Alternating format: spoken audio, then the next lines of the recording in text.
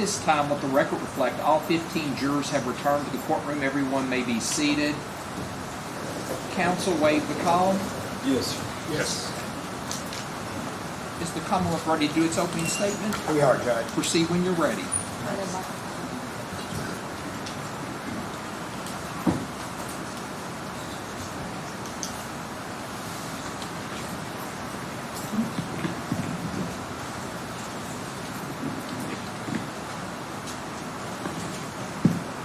Police Court Judge, Counsel, morning, ladies and gentlemen.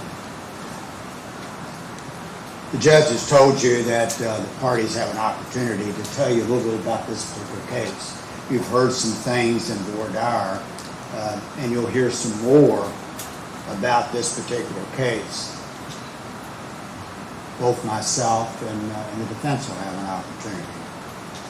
Before doing so, my colleague, Mr. Young, talked to you during voir dire about a number of important matters, as did Mr. Butler and his. One of the most important assets you bring into this courtroom is your God-given common sense. It helps you address problems, resolve issues every day. Make sure that that's with you throughout this particular trial, in your deliberation. Whatever that decision you make, use your common sense and it'll bring you to a true conviction in this case. This is a sad case.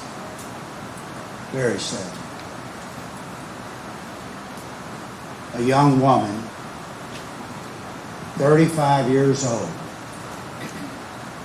with 5 children, disappeared. We believe the evidence will show she disappeared on the evening of July 3rd, 2013, at a farm that Brooks Houck and his family owned, had livestock on, cattle. As she disappeared there, in the evening hours of July the 3rd.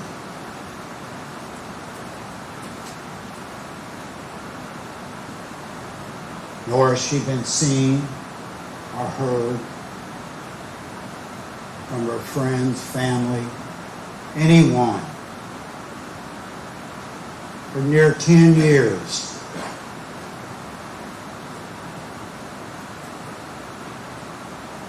We believe the evidence will show from your common sense, from your God-given common sense, that she's died. And died at the hands of cruel murder. Let me bring you back to talk about this story.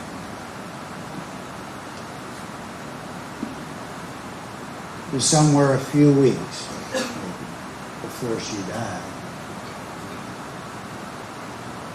There are 2 people who are talking. They're at a job site. Mr. Houck owns businesses that involve in construction, rental. They're at a construction site. There's a fellow there that works with Mr. Houck. He's kind of a gopher, does various things. His name is Danny Silver. You'll be hearing from Danny later this week, probably in our trial. And he's talking to Rosemary Houck. Rosemary Houck is the mother of Bruce Houck.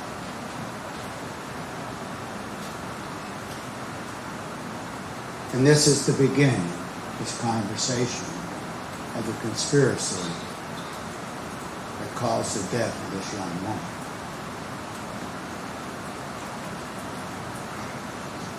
But Rosemary Houck approached Danny and asked if he could help her find someone who will get rid of Crystal.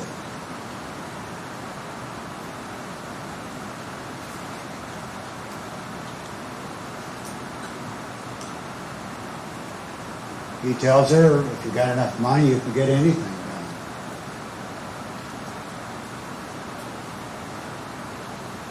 That was the beginning of this conspiracy to kill Crystal. We moved forward just a short period to July the 3rd. Remember, I mentioned July the 3rd. That time, that day, is going to be important. Some factors more important than others. Crystal's at home that morning on July the 3rd of 2015. They're 10 years from now. She has her son, Eli, with her, some other kids. She has 5 children. Eli was born of the relationship between Crystal and Brooks Houck. He was 2.5 at the time. They're at the house, like a lot of children, my grandchildren, is playing with her phone, games and having fun with it, and they're talking. Christina Holly is a good friend of hers. They've known each other, loved each other for a long time. They're talking, and she leaves. Crystal has some errands to run. She's got to take care of, in her work with Mr. Houck, she takes care of some of the rental property for him. Make sure their rental payments are made, shows people houses, and Mr. Houck has allowed other people to rent into.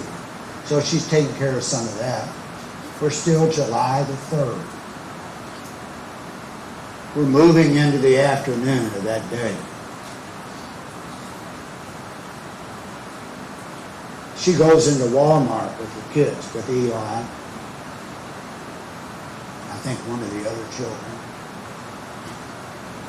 And she runs into Amanda Greenwell, another good friend, a person she's shared apartments with, known each other and loved each other for a long time. They're talking, as we often do when we run into a friend. How is everything going? While they're talking, she gets a couple phone calls, and one from Brooks Houck.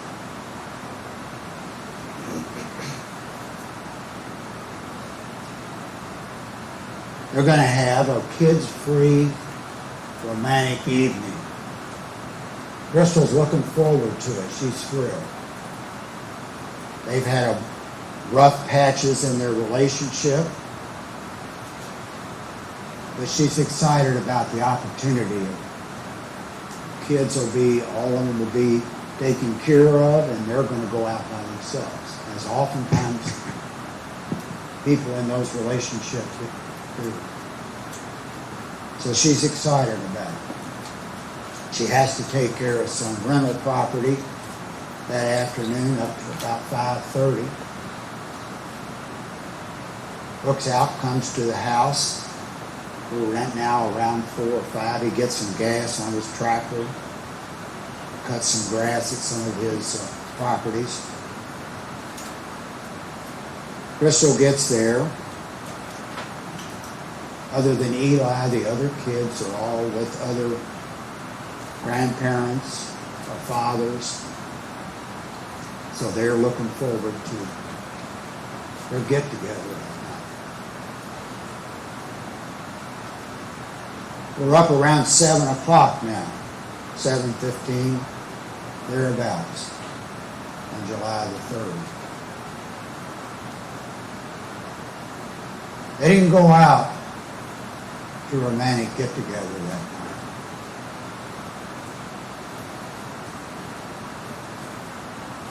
No, that's not where they went. They went to Houck Farm. That's the farm I mentioned to you, owned by the Houcks. It's outside Barstown, off 49, the route is.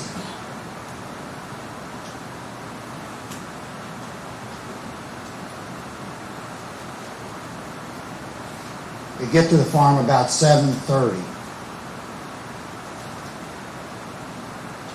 We'll know that. You'll hear that evidence here in just a short while.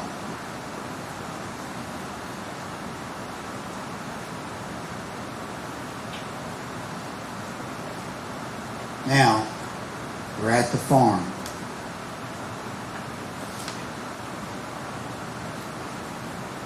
What we know about what goes on there comes from several sources, important sources. Sources that you will need to use your common sense to listen to the evidence. But what happens there, we believe, she's lost and dies.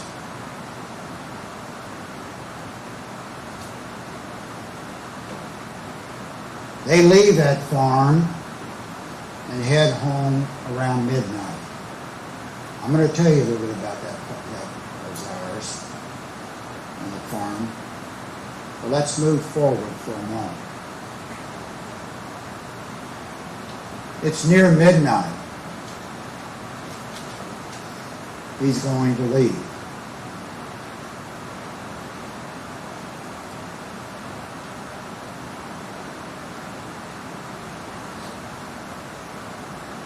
Before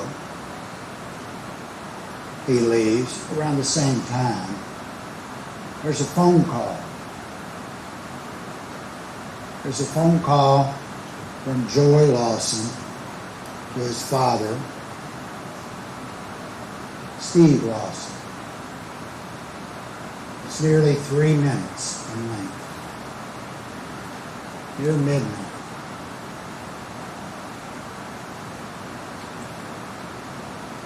Brooks Houck is in his truck. He's moving now, heading back to his home.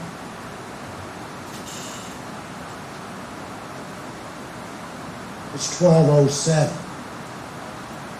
just a few minutes after midnight. He gets a call. 13-second call. 13 seconds. He has a conversation with Steve Lawson. 13 seconds, that call. I emphasize that to you. You're going to be hearing about that.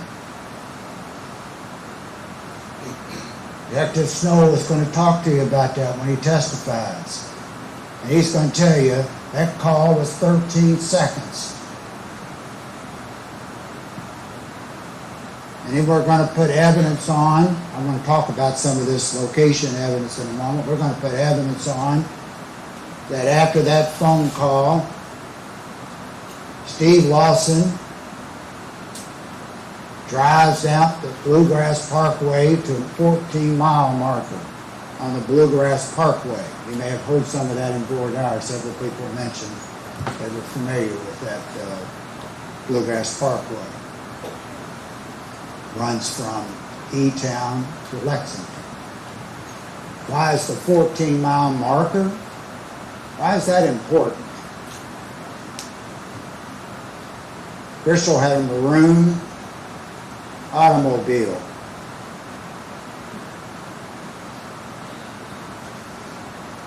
The automobile was left abandoned at the 14-mile marker.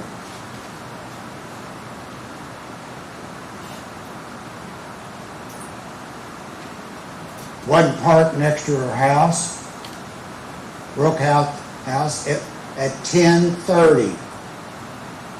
You're going to hear witnesses who saw that car that night at 10:30, parked at the 14-mile marker.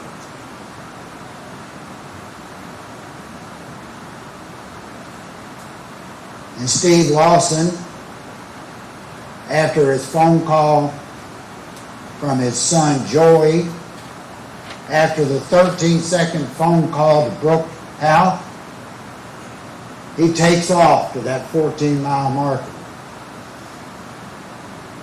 Turns around and comes back to Bardstown that same night. few minutes. You're going to hear witnesses who knew Steve Lawson and Joey Lawson tell you under oath that those two men admitted to moving that car for money.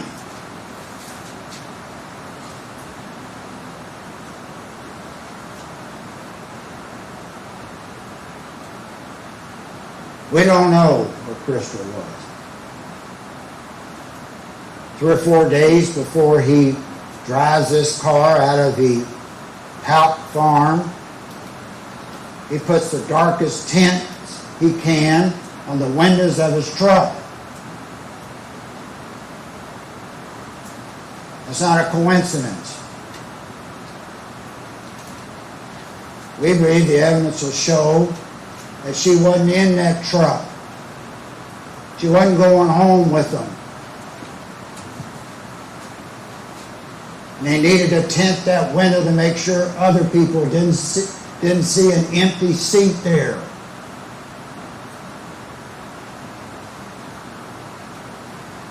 They come home, her car's not parked at that house. It's sitting abandoned miles down the highway. This Brooke Houck does not call the police, doesn't make any effort at all to find out what in the world happened to my girlfriend's car. At 10:30 it is seen. At 10:30 somebody moved that car. Who moved it? Joey Houck and his father, Joey Lawson, I apologize, Council. Joey Lawson and Steve Lawson moved that car.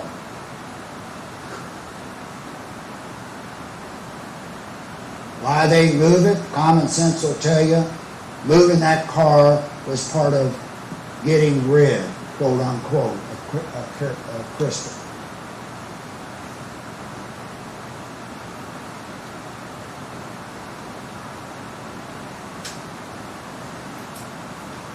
Let's move forward. Now, at this point, you know some facts in this case that you'll be hearing about on that evening of July the 3rd into the morning of the 4th.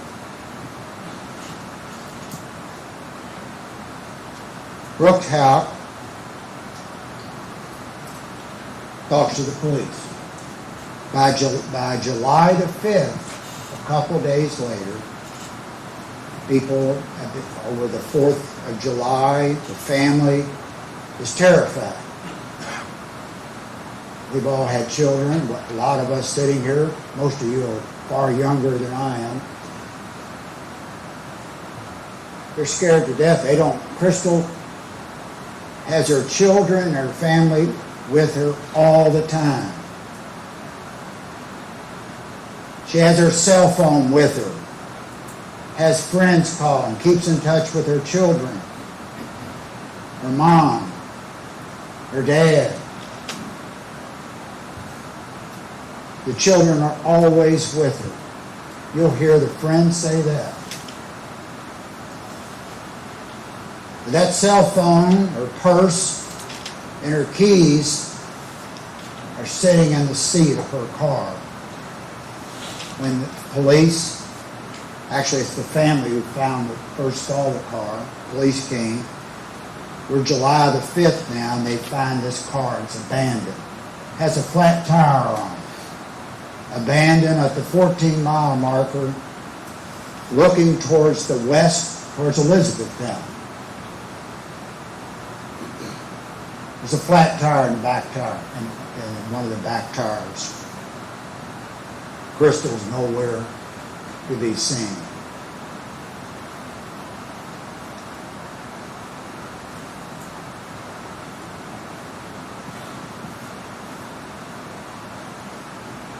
But I omitted a couple of points.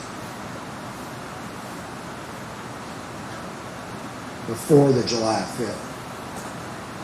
One of them is Brooks Houck is moving from the Houck farm to his home. and he makes a little diversion. It's at the old Kentucky Home campsite. Some of you have probably seen it.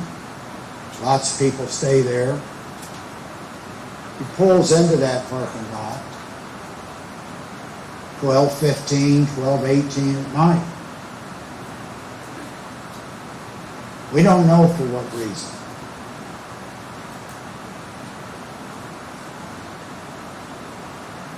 We don't know exactly how those articles of hers got into the car after it was abandoned. You'll be hearing evidence on that, and that evidence, I think, will help you with your common sense of why he diverted off into Old Kentucky Home on his way home that night. Why he had tinted windows a couple days before. We're at July the 5th now. They found the car and the police were worried. This is not she's gone off for a couple days. She loves her children. She's with those children all the time. She's not going to be away from these children for 2 days. And the police are hearing that, and they're worried. So they call Brooks Houck. We need to talk. Brooks Houck tells them that Crystal, himself, and Eli went home that night. Got there about 12:30, give or take a few minutes. He says he goes to bed. He's got to go to work next day. Listen to this. This is an important piece. He says Crystal is playing on her phone at the game while he's going to bed to sleep. Eli's up, running around, and Crystal is on her phone in the house.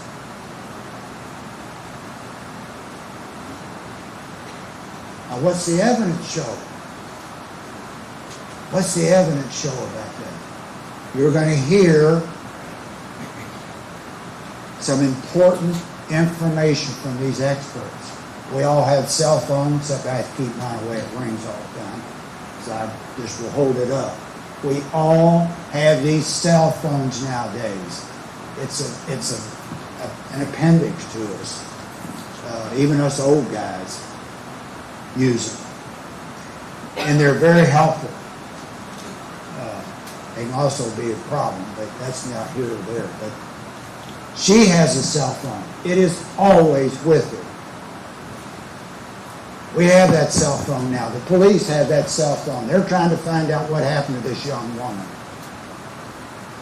It's critical. They're worried. You'll be hearing Detective Snow.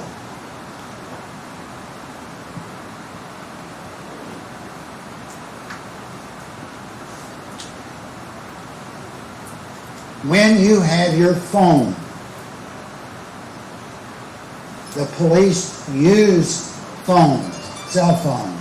They're a critical piece of evidence in virtually every criminal trial, certainly in the last 10 years or more. Why is it critical? They provide location evidence. Couldn't do that with the old phones. You couldn't track somebody on the old phones we had, but you can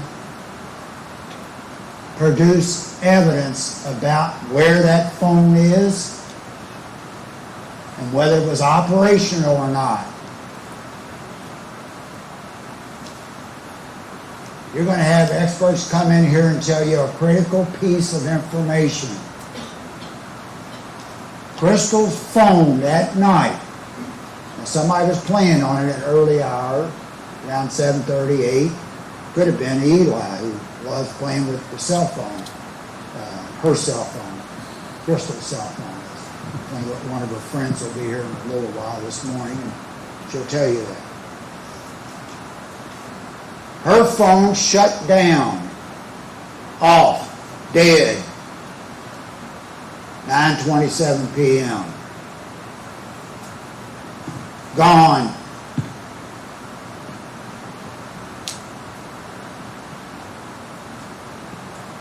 That completely contradicts what Brooks told Detective Snow on the 5th of July.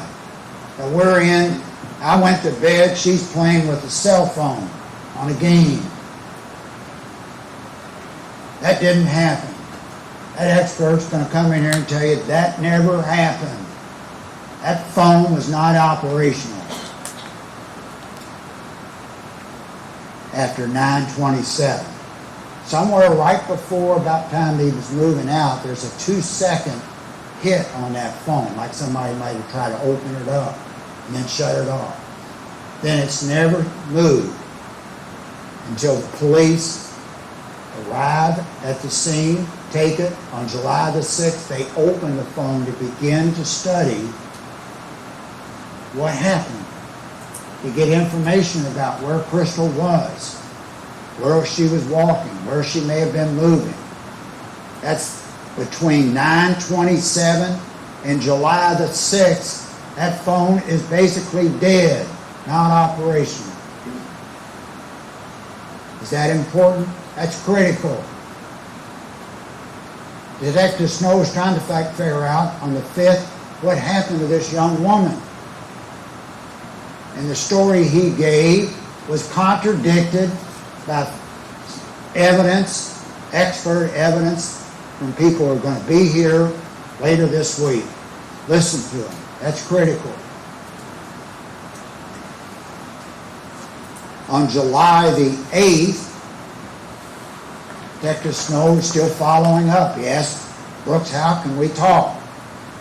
We're getting information. For one thing, Detective Snow looks and sees there's a phone call at 12:07. Remember I told you that? That's Steve Lawson is calling Brooks Houck at 12:07 on July the 4th, middle of the night. So Detective Snow trying to figure out what's this about.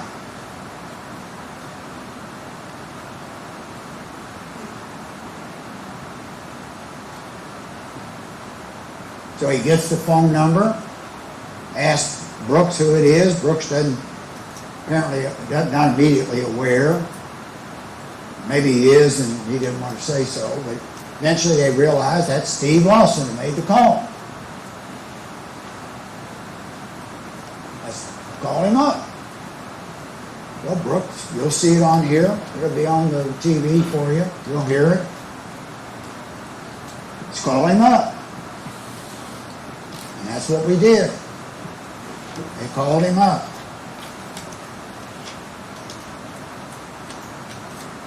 I'm going to just read off. Well, they got a problem at 12:07. Same night Crystal's missing, he's getting a call from Steve Lawson. So you can imagine Detective Snow is trying to figure out what in the world is this call about. Well,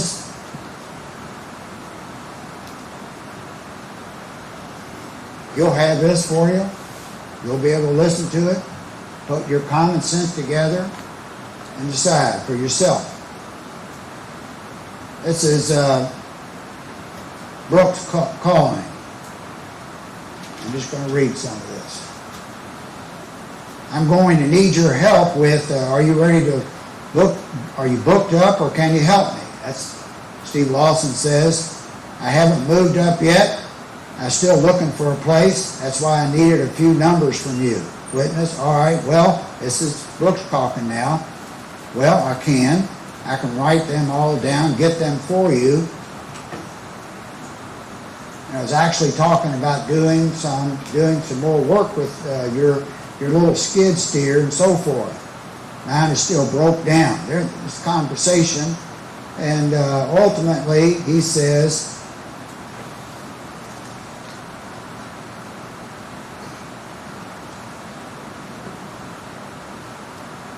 He goes down, Steve Lawson saying this, I called to ask you for them numbers for a house.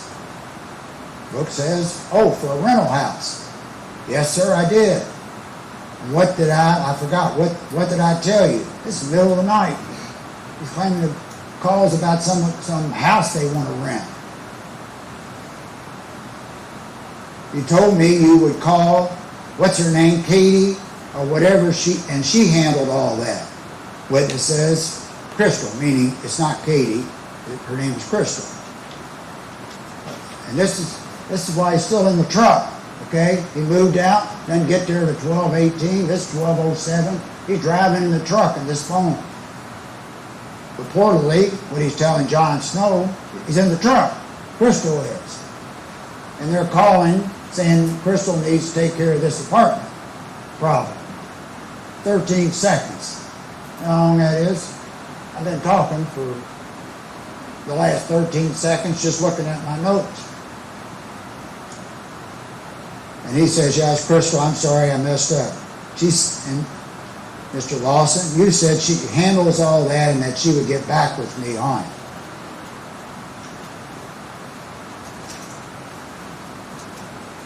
That's what these two men purported to tell Detective Snow why this 13-second phone call took place in the middle of the night. That 13-second phone call, common sense will tell you, was because they got a foul up on this plan.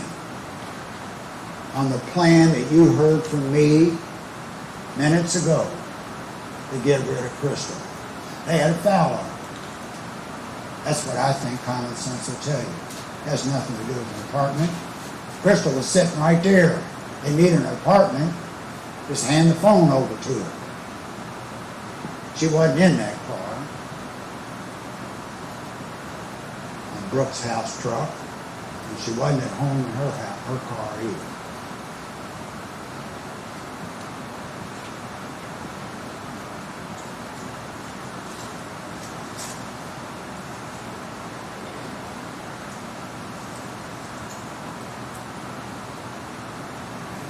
I want to talk a little bit about, I'm going to wrap up here in a moment.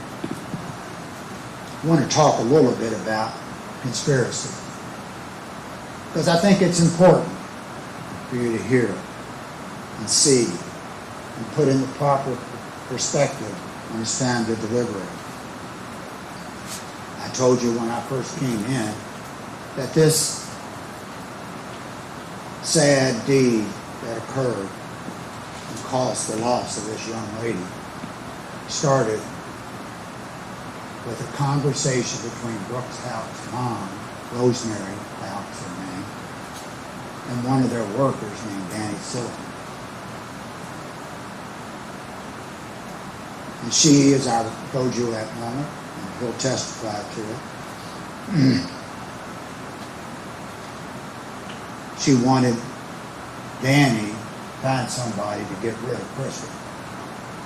He didn't do it, just told her if you got the money, you can get it done. And she's gone a little while later.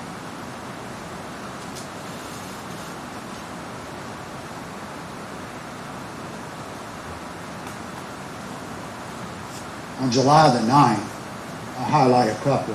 I'm still with Rosemary. We believe Rosemary Houck, and the evidence will show, was in a conspiracy to help Brooks Houck get rid of this young lady.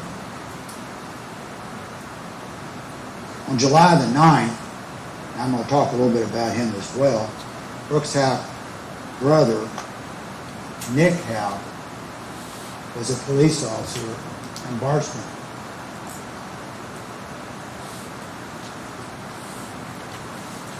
And the police were concerned. I'll tell you why in just a moment here. We'll talk about Nick for a second or two. But they were concerned on July the 9th. Police are checking his car, his police car. Now I'm talking about Nick Houck's police car. In case I must have spoke too quickly. Which they were doing for reasons that I'll be telling you about in a minute.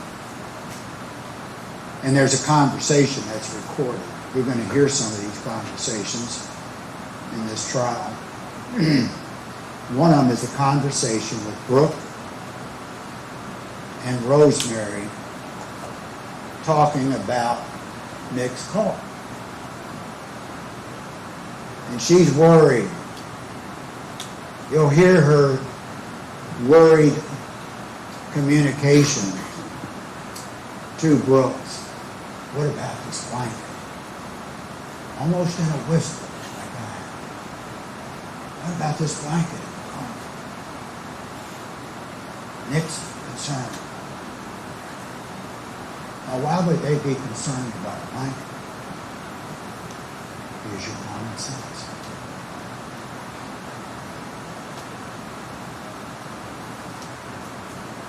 You'll hear that Rosemary and Crystal did not get along. How much? You know, I guess only known to them themselves, but they weren't fond of each other. And Rosemary at times would spew that out.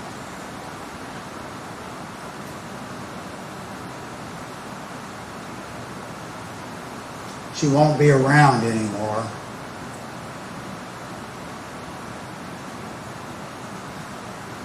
We'll raise him up right. Talking about Eli, Brooks' son.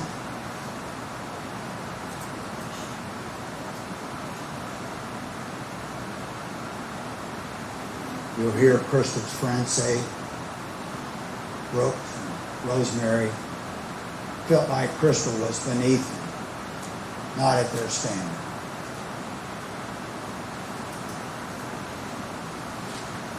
But Rosemary's not the only one who was a conspirator, not charged. Let me make sure that's correct. We believe the evidence shows they're part of the conspiracy, but they are not charged with any crime at this point. The same with Nick Houck. We believe he was a conspirator. Two things I'm going to talk about today. I told you Detective Snow was investigating this during this period all the way through several years. Part of what prosecutors and police do when they're trying to find out what happened in a murder like Crystal's is we use a grand jury.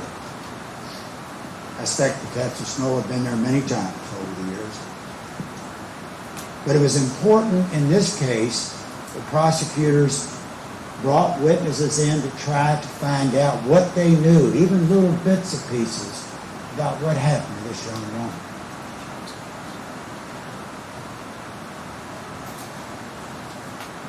And you're going to hear that Rosemary... Excuse me, Mr. I'm sorry.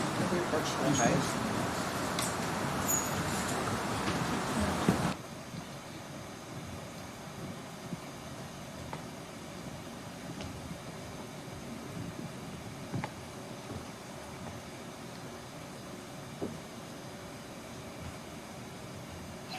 I don't know. Sorry to interrupt. No, sorry. Oh, you got that thing on. Hold on a second. It's on your inside pocket. Thank you, Ted. I'm sorry. Okay. I don't know if he's going to go into what was said in the grand jury, but we would object and say that's hearsay. He can get into the grand jury testimony. I think I want to say about it is that they recorded it. Oh, that's fine. I apologize. No, it's We're no problem. sorry. No, that's- No, we withdraw the objection. No, it's no problem.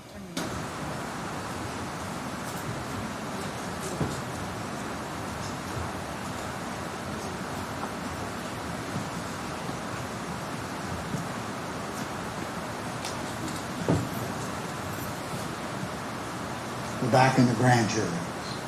We're in Nelson County. Detective Snow, the prosecutor at that time, Terry Bohagen, they're bringing witnesses in. We're not going to go into what witnesses said.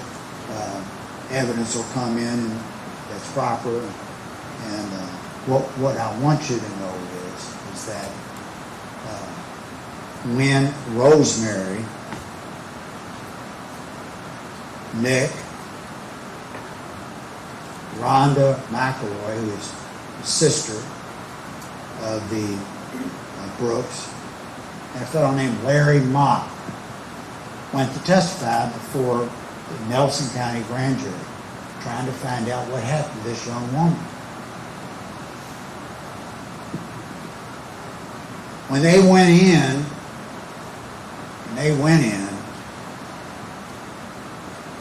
they took a recorder with them, secretly recording their testimony before the grand jury.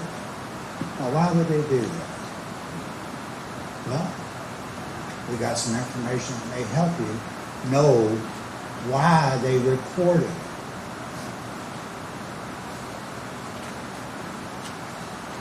Larry Mock, who is the boyfriend of Rosemary Houck, Larry Mock, went to the grand jury because he had been around the family some. The grand jury thought he may have some information about what happened to this young woman. So he goes in, testifies. When he leaves,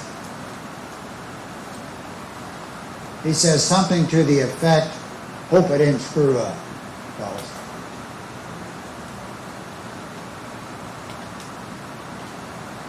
And Rhonda was talking to Brooks about recording her testimony in the grand jury. And they're talking about it.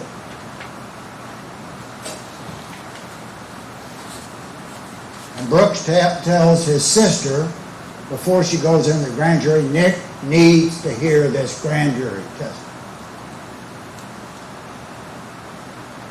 I submit that they were doing this, the prosecution will submit, because they wanted to make sure everybody toed the line.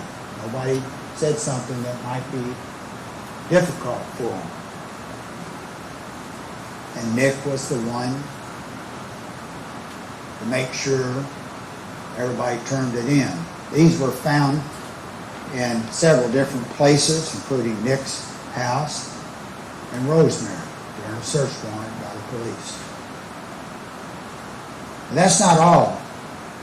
I told you I was going to come back to July the 3rd. We're in the morning, up to the afternoon, about 4 o'clock. Keep that in mind, that time. I mentioned a lot about Detective Snow because he had a lot to do responsibilities in this. But one of the things he did, we're on July the 8th, but we're going to go back to the 3rd here in a moment. One of the things he did was he asked Brooke Houck, please write down, I'm paraphrasing, but you'll have it for yourself here in a little bit, everything you did on the 3rd and 4th. Everything. So that, I know you may not know whether it was 3 or 4 nails or whatever. I need to know as much as you can give me on detail. That's important because they're trying to see, is there something else I missed, or we need this information. And you will see, at Brooke Houck, you'll watch it, first fills out about this rendezvous they had down in, at 7:30 to almost midnight on the 3rd with his 2.5-year-old son and with Crystal, and they're feeding the cows and spending 4.5 hours out there. It's raining off and on all night. They're claiming to be running around here feeding cows.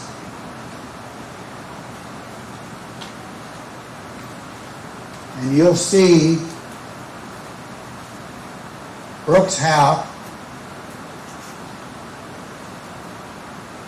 provides no information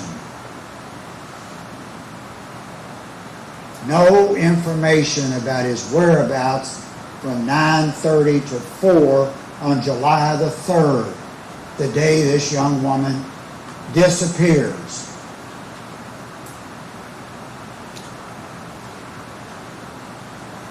Experts with his cell phone will come in here and testify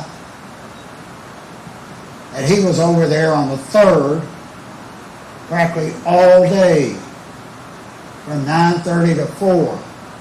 And not a word of that gets to Detective Snow. You'll see the information he provided gave no help at all in determining what he did. He simply put, like a stream of conscience, a bunch of activity that doesn't tell us what activity, what work was he doing. He puts down names of people who do jobs for him, from drywall hangers to painters to any, but does not have any information about whether they were working that day with him. Was he out on job sites? We know he wasn't out on his job sites because his phone shows he is at the farm all day that day. There are going to be people who are going to come in and say, did you ever have any contact with him? Maybe he was talking to you, maybe working with you on the 3rd. They're going to say no. As far as I can tell, I never saw a man that day. Some of them hadn't dealt with him for months. Talks about cutting grass, and some of them, he not only didn't cut grass that day at any of those sites, he got hit for a couple, I don't know, maybe $100 or so, because he didn't cut the grass he was supposed to cut. You'll see that in a text from one of the homeowners association principals. So he's on the farm. Detective Snow hears none of that. That's important because that's the last time they hear about crystals on the 3rd. Well, that's not all conspiracy.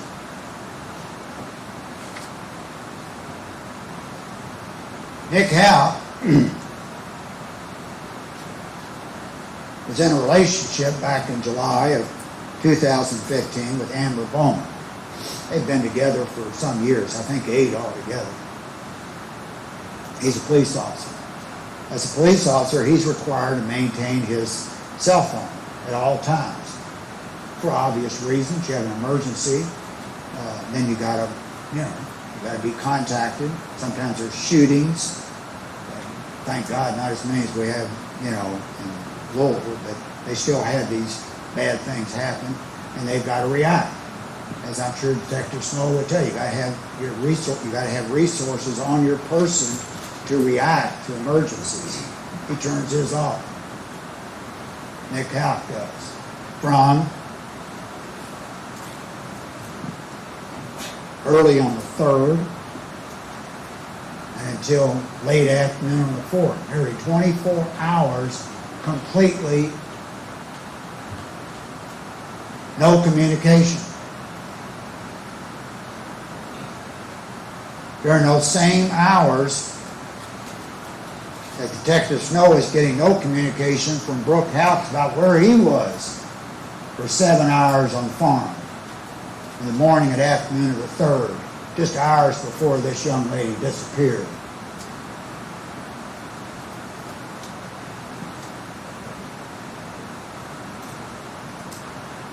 Is that a coincidence? Use your common sense.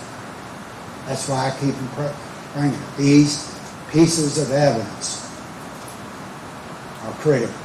Every piece.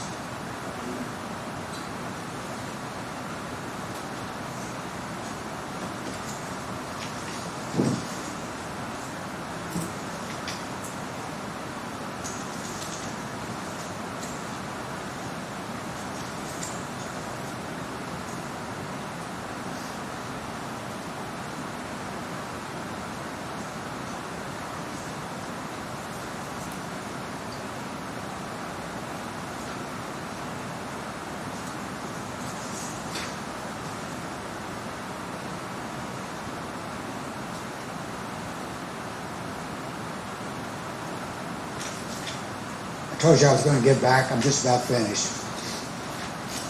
There's a lot of parts here, and I want to make sure I get the important parts. I talked to you for a minute ago, and I think I brought it up, but let me re-emphasize. These young ladies will be here probably in a little bit here this morning. you'll hear it from their own mouths. Remember Brooke Houck and Crystal Rogers were supposed to be going for, your kids were all going to be taken care of, all right? Even though it never was explained to one of them who was going to take care of the 2.5-year-old Eli. But they're going to go out. And, you know, as she said, you're going to have a sexy time, one of them said. And she was excited about it. Because they've had some rough patches. And so she's wildly excited, and rightly so. Brooks Houck tells John Snow on the 5th, you're going to hear it. He says Crystal, it was her idea to go to the farm that night. This is just literally several hours at most from when she's telling her friends, one of them is Holly, is Christina Holly. I'm sorry I did the same thing. Her last name is Holly, so I don't confuse you on her first name is Christina. Christina, I told you she was there early in the morning. Eli's playing with Crystal's phone. It's just typical friendship, enjoying one another. Later that evening, maybe 5:30, Christina's going to tell you, I think it was her boyfriend, they decided, hey, let's go to Chuck E. Cheese. Take the kids, go out there, we'll have time, eat some pizza, enjoy ourselves. I'm going to call Crystal and see if she wants to come as well. Maybe bring Eli or some of the other younger kids with us. We'll have a good time. And she texts, and Crystal texts back. I'm paraphrasing here. No, I've got a kids-free time. We're going to have a good time. So she's planning for going out to a dinner, getting back together, having fun. He's already got her going to the farm. And even to the point of telling Detective Snow that it was her idea. Her idea to go to the farm when it's raining, be out there 4.5 hours with a 2.5-year-old, but that was her idea. We're going to abandon this romantic get-together that night and go out there on the farm. Use your common sense. She's on that farm, and that's where she passed.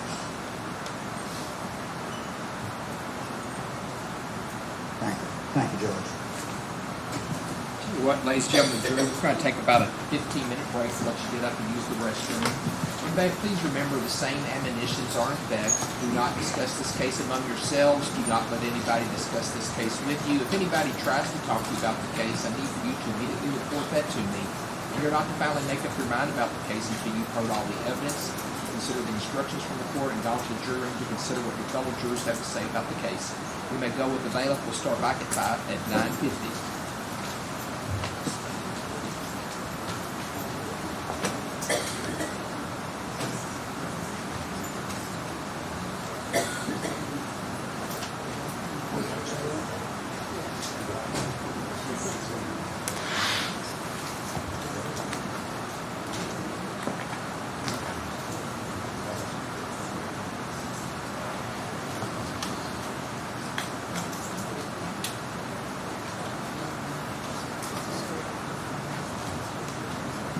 Court's in recess till 9:50.